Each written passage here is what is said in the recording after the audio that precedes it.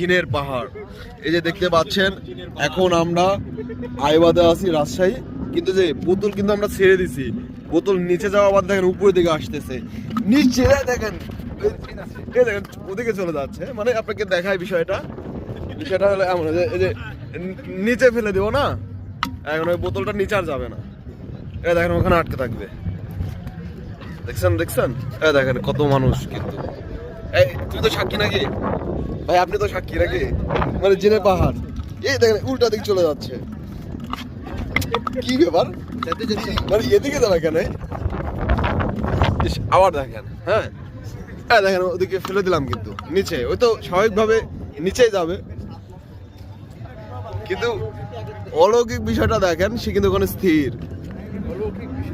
মানে আসলে এটা কত ধরনের জিন যে এখানে আছে, কত জিনের যে আটখানা আছে, জিনের সর্দার গুলো কিন্তু বসে আছে। উল্টা ভাবে চলে গেল, যাওয়ার কোথায় এদিক, ওই যায় এদিক, হায় হায়,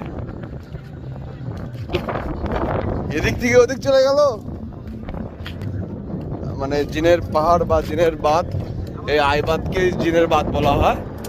মানে রাজশাহীর এই আইবাদকেই জিনের বাঁধ বলা হয়। আজকের ভিডিও আমাদের এই পর্যন্তই। দর্শকরা তো আসতেই পারে জিনের বাঁধ সম্পর্কে একটু অবগত। আল্লাহ হাফেজ।